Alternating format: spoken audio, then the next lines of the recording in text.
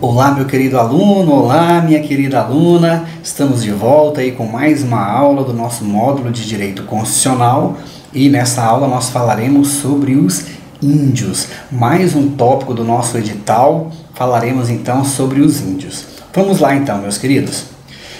Os índios, no histórico das nossas constituições, a primeira vez que nós encontramos o termo índio é na Constituição de 1988. Entretanto, desde a Constituição de 1934, e aí nós poderemos fazer uma pequena revisão. Vocês lembram da Constituição de 1934, quando nós estudamos sobre o histórico do constitucionalismo brasileiro? A Constituição de 1934 é o que? A nossa primeira Constituição social, aquela Constituição que consagra diversos direitos de segunda dimensão. Lembra do Estado Social do Direito, da democracia social? Então, a Constituição de 1934 e depois delas a de 37, a de 46, a de 67, a Emenda Constitucional número 1 de 69, todas elas traziam a denominação silvícola. Então, traziam determinados direitos, determinada proteção aos silvícolas. A Constituição de 1988, ela inova e traz expressamente a denominação proteção aos índios. Tudo bem? Tranquilo? Esta proteção aos índios, meus queridos, ela está relacionada à proteção das minorias, está relacionada ao modo de vida tradicionalmente distinto da sociedade que nós conhecemos. Então a Constituição ela tem por objetivo assegurar a pluralidade do Estado brasileiro, certo? Tem por objetivo proteger essa etnia, proteger determinada cultura.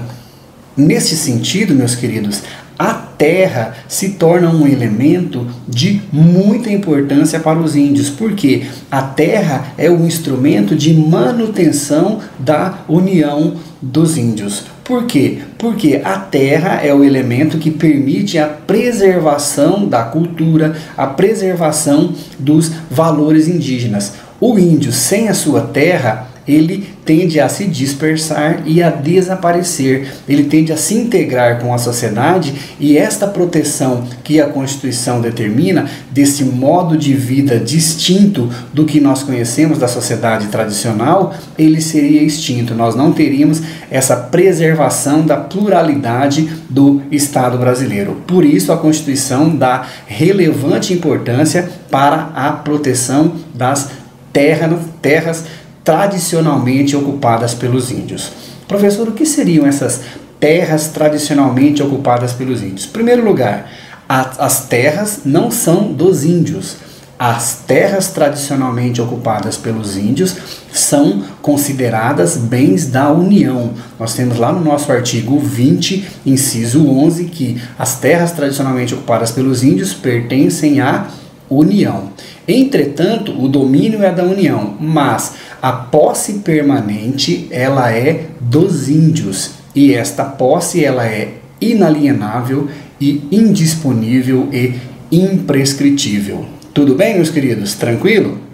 Então nós poderíamos definir que as terras tradicionalmente ocupadas pelos índios, elas são bens públicos da União de uso especial. Por quê? Uso especial pela comunidade indígena, pelos índios. Tranquilo? Essa é a melhor definição que nós temos para as terras tradicionalmente ocupadas pelos índios.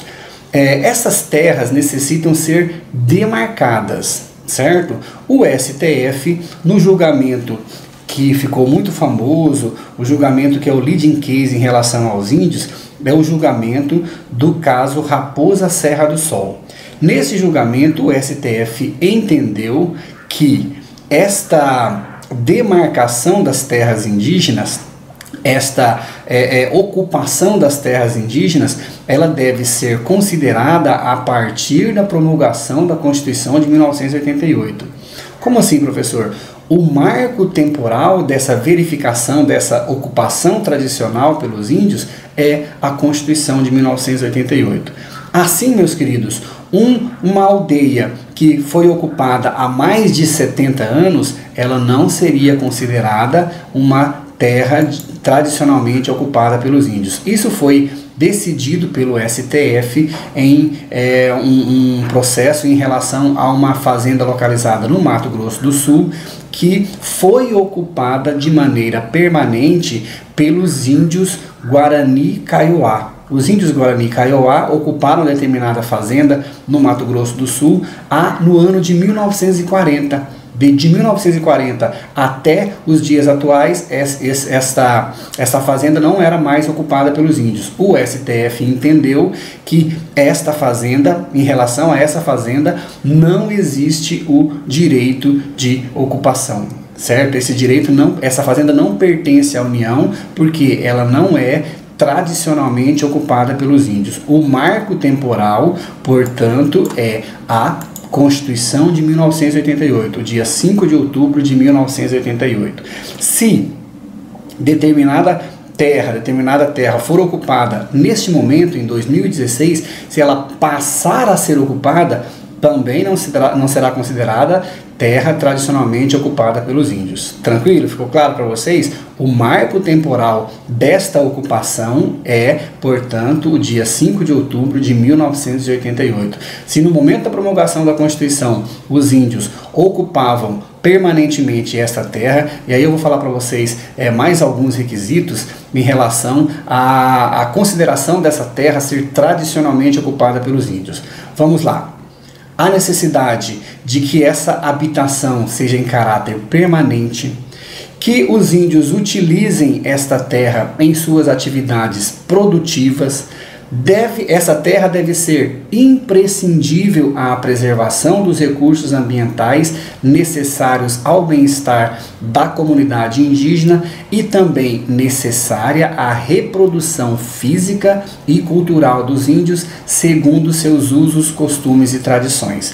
Esses são então os requisitos para que nós possamos considerar uma terra tradicionalmente ocupada pelos índios, que é uma terra de bem da União, cuja posse ela é exercida exclusivamente pelos índios. Sobre o tema anterior, meus queridos, eu me recordei aqui, gostaria de compartilhar com vocês que o STF entende que no caso de esbulho, ou seja, se a comunidade indígena foi esbulhada, no caso de uma situação de disputa possessória, seja ela uma disputa possessória fática ou uma disputa judicializada, entende-se que esta ocupação, que os índios foram retirados em razão de esbulho, há que se reconhecer o caráter da tradicionalidade para fins de determinação de considerar um bem da União, de considerar que essa terra ela era tradicionalmente ocupada pelos índios, mas houve um esbulho e por isto o STF reconhece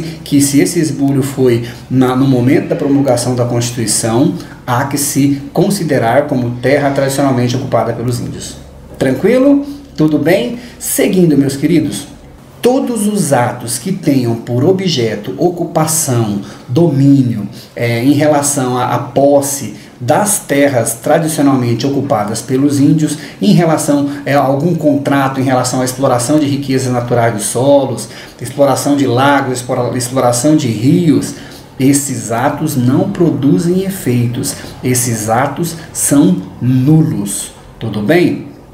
Um exemplo disso é a reserva indígena Caramuru Catarina Paraguaçu, no sul da Bahia, em que o STF declarou nulos todos os títulos de propriedade rural que foram expedidos pelo governo da Bahia e que envolvessem esta área de reserva indígena, a reserva indígena Caramuru Catarina Paraguaçu. Por quê? Porque todos os atos relacionados a terras tradicionalmente ocupadas pelos índios, eles não produzem efeitos, eles são atos nulos de pleno direito. Tranquilo? Tudo bem? Então vamos lá. Seguindo na nossa matéria sobre os índios, é importante mencionar, meus queridos, que o professor José Afonso da Silva, por exemplo, ele nos diz que esta proteção ela está ligada à organização social indígena, está ligada aos costumes, à língua, às crenças, às tradições indígenas. É o que a doutrina nos denomina de indigenato. Indigenato é essa relação entre o indígena e as suas terras. A relação entre o indígena e a terra, ela não é de caráter meramente civil, de caráter meramente lá dos direitos reais que nós conhecemos do artigo 1228. Esta relação é uma ocupação não somente para a exploração, mas a exploração da terra pelos índios está relacionada ao que? Ao conjunto de elementos naturais e culturais que proporcionam o desenvolvimento equilibrado da comunidade indígena. Então não está ligado somente ao direito de propriedades, superfície, servidão, uso, usufruto e habitação, mas está ligado ao conjunto de elementos naturais e culturais que permitem o desenvolvimento desta comunidade indígena. Tranquilo? Tudo bem? Vamos lá então. Meus queridos, sobre as terras tradicionalmente ocupadas pelos índios, eu gostaria de lembrar vocês o seguinte: o usufruto desta terra é exclusivo dos índios. As terras tradicionalmente ocupadas pelos índios, então, elas são de propriedade da União, mas cabe aos índios o usufruto exclusivo das riquezas do solo, dos rios e dos lagos existentes nessas terras tradicionalmente ocupadas pelos índios. Tranquilo? Importante mencionar que mesmo com essa regra de usufruto exclusivo, há uma exceção em que é permitido o aproveitamento de recursos hídricos, recursos de potenciais energéticos e também a pesquisa e lavra das riquezas minerais. Mas esta exceção, ela depende de autorização do Congresso Nacional. Certo? O Congresso Nacional, por meio de decreto legislativo, por se tratar de uma competência exclusiva do Congresso Nacional, pode autorizar, respeitados aí a participação dos índios no resultado desses recursos minerais. O Congresso Nacional pode, portanto, autorizar a exploração dos recursos hídricos, potenciais energéticos e pesquisa e lavra das riquezas minerais. Tranquilo? Vamos lá então.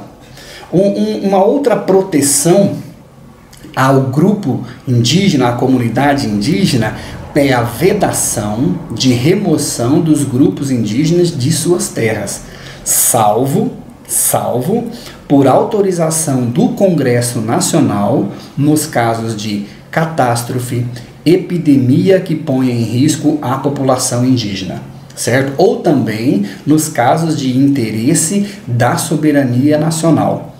Da mesma forma, por meio de autorização do Congresso Nacional, que se dá por meio de decreto legislativo.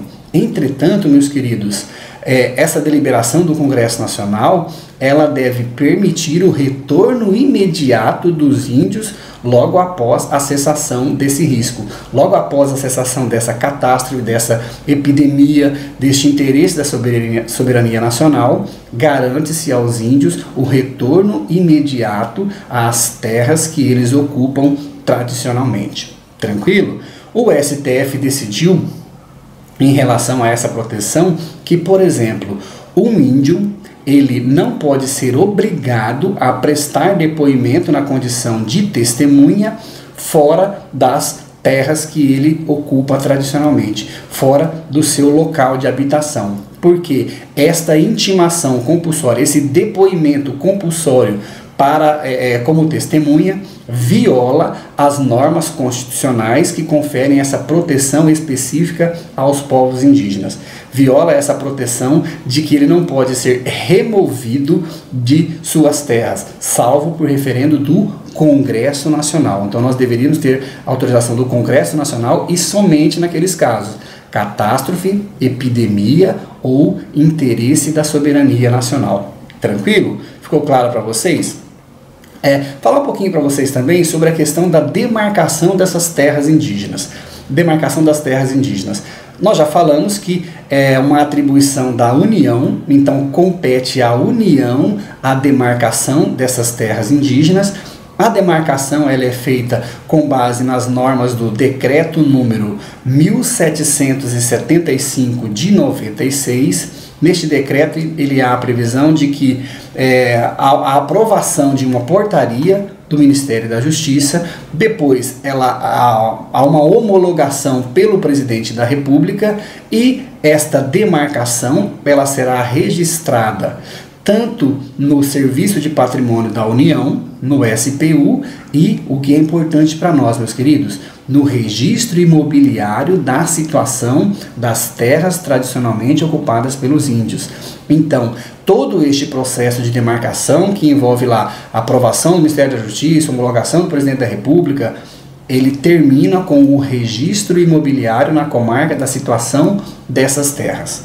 Tranquilo? Tudo bem? Então vamos lá, meus queridos. O caso Raposa Serra do Sol, que é uma terra tradicionalmente ocupada pelos índios lá no estado de Roraima, a discussão era sobre a demarcação dessas terras indígenas e o STF entendeu que a demarcação feita na Raposa Serra do Sol, que foi uma demarcação contínua, a outra parte do processo queria que a demarcação fosse feita por meio de ilhas, né, somente naqueles locais em que havia ocupação efetiva dos índios.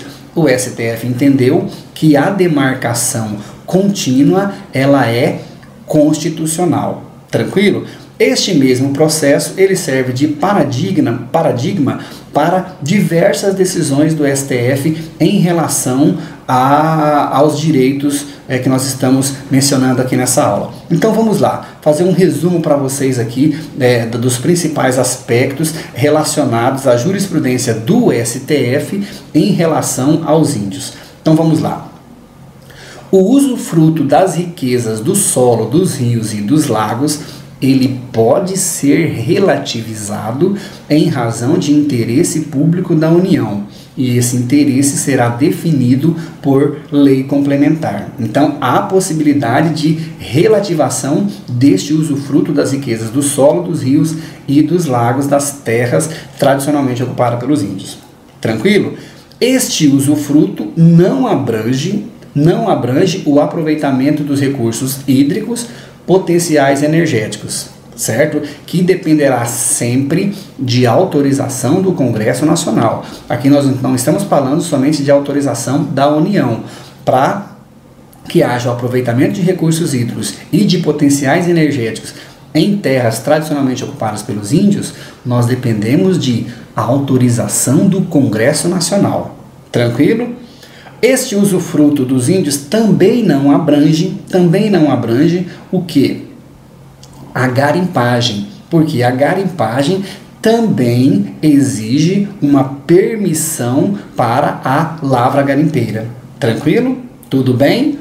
Esse usufruto também não se sobrepõe a interesses de política de defesa nacional. Então, instalação de bases, instalação de postos militares, qualquer interesse relacionado à política de defesa nacional, este usufruto dos índios não impedirá a criação de uma base militar, por exemplo, em uma terra tradicionalmente ocupada pelos índios. Tranquilo? Então, a atuação das Forças Armadas e o STF entende que, inclusive, da Polícia Federal, não depende de autorização, não depende de consulta às comunidades indígenas. Tudo bem?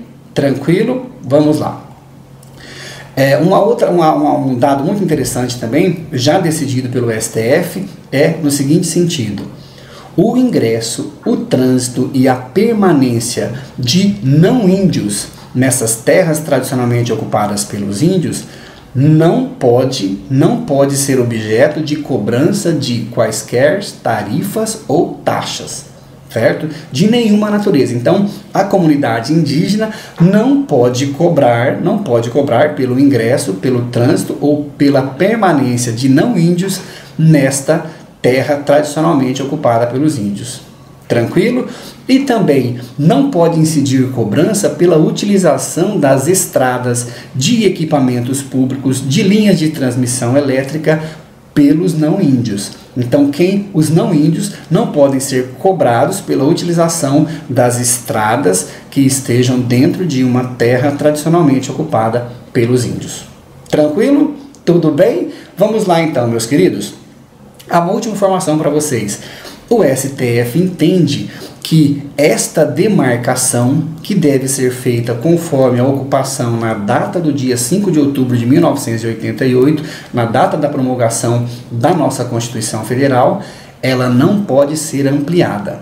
Então o STF veda a ampliação desta demarcação de terra tradicionalmente ocupada pelos índios. Tudo bem? Professor, e se a União quiser ampliar essa terra? Aí a União deve se utilizar do processo de desapropriação com uma indenização prévia, e aí conforme nós estudaremos lá na nossa aula de direito administrativo. Então, pode fazer, pode aumentar, desde que, porque aí a terra não será considerada bem da União. Essa terra será particular e dependerá de desapropriação. Tranquilo? Então vamos lá, meus queridos.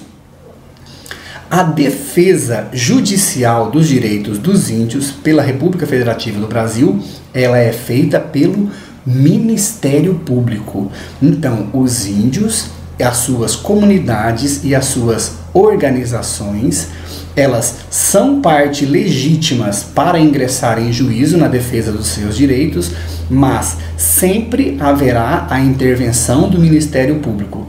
Ministério Público Estadual, no âmbito estadual, se o interesse for estadual, e federal, se o interesse for federal. Ministério Público Estadual, Ministério Público Federal. Autorizando, as comunidades indígenas também podem ser partes legítimas. Tranquilo? Lembrando, meus queridos, que se a comunidade não ingressar em juízo, não defender os seus direitos em juízo, esta defesa será feita pelo Ministério Público. Haverá aí uma substituição processual, certo? O Ministério Público ele atua na defesa indígena tanto como parte, como substituto processual, como também na qualidade de fiscal da lei. Então ele tem legitimidade ativa, legitimidade passiva para defender os interesses indígenas e também atua como fiscal da lei. Tranquilo? Tudo bem? Então vamos lá. Um último detalhe que eu queria falar para vocês sobre essa questão de competência é que os juízes federais, a Justiça Federal é competente para julgar disputa entre direitos indígenas. Lembrem disso, Justiça Federal é competente para processar e julgar disputas relacionadas a direitos indígenas. Essa previsão está lá no artigo 109, inciso 11 da Constituição. O STF entende que disputa sobre direito indígena é disputa relacionada à cultura indígena, a direitos sobre essas terras tradicionalmente ocupadas pelos índios, que nós comentamos no decorrer da aula, interesses constitucionalmente atribuídos à União em relação a seus bens, em relação a interesses da União, certo?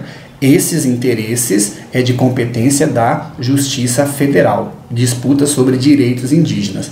Entretanto, direitos individuais, como por exemplo, um crime praticado por um índio contra outro índio, ainda que dentro de uma terra tradicionalmente ocupada pelos índios, a competência será da Justiça Estadual, porque nós não teremos uma disputa sobre direitos indígenas, nós teremos o que? Direito individual, um índio que mata outro índio dentro de uma terra tradicionalmente ocupada pelos índios. Justiça Estadual.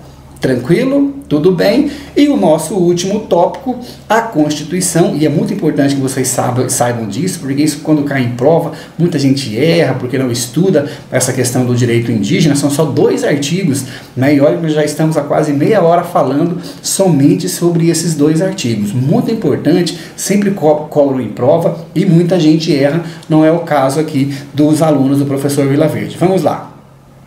Educação nas comunidades indígenas. Muito cuidado com esse tema. A Constituição, ela prevê que o ensino fundamental, ele será ministrado em língua portuguesa. Então, a língua que nós temos autorização para ministrar o ensino fundamental é a língua portuguesa. Mas a Constituição assegura às comunidades indígenas que eles também podem utilizar suas línguas maternas no processo de aprendizagem, certo? Lembrem-se aqui, por isso que eu frisei a palavra também, porque aqui nós temos uma ideia de complementaridade. complementaridade. Então, não se pode utilizar somente a língua indígena. Há necessidade de uma educação bilíngue. Então, o processo de aprendizagem indígena, ele não pode utilizar somente da língua portuguesa, mas também não pode utilizar somente a sua língua materna ou as suas línguas maternas, que nós temos diversas línguas relacionadas às comunidades indígenas. Então, a educação indígena, a educação escolar diferenciada indígena, ela deve ser bilíngue. Deve ser bilíngue, língua portuguesa e as línguas maternas desta comunidade indígena. Tranquilo? Meus queridos, muito obrigado pela presença de vocês. Lembrando que são só 2 artigos relacionados aos índios na Constituição. Então aí eu quero que vocês façam a leitura desses 2 artigos, que eles são muito importantes. São artigos pequenos, bem tranquilos, de leitura fácil, mas que podem salvar a nossa vida, tendo em vista que esses artigos, esse item, ele está previsto expressamente no edital. Lembrando daquilo que nós combinamos, que é assistir às aulas e a leitura dos artigos. Em relação aos índios, nós temos somente 2 artigos, artigo 231 e artigo 232 da Constituição. Então, leitura obrigatória dos artigos 231 e 232. Beleza, meus queridos? Voltamos daqui a pouquinho com a nossa última aula do nosso módulo de Direito Constitucional. A aula sobre o artigo 236, sobre o Instituto da Outorga de Delegação. Uma das aulas mais importantes que nós teremos do curso. Eu espero vocês daqui a pouco. Até lá!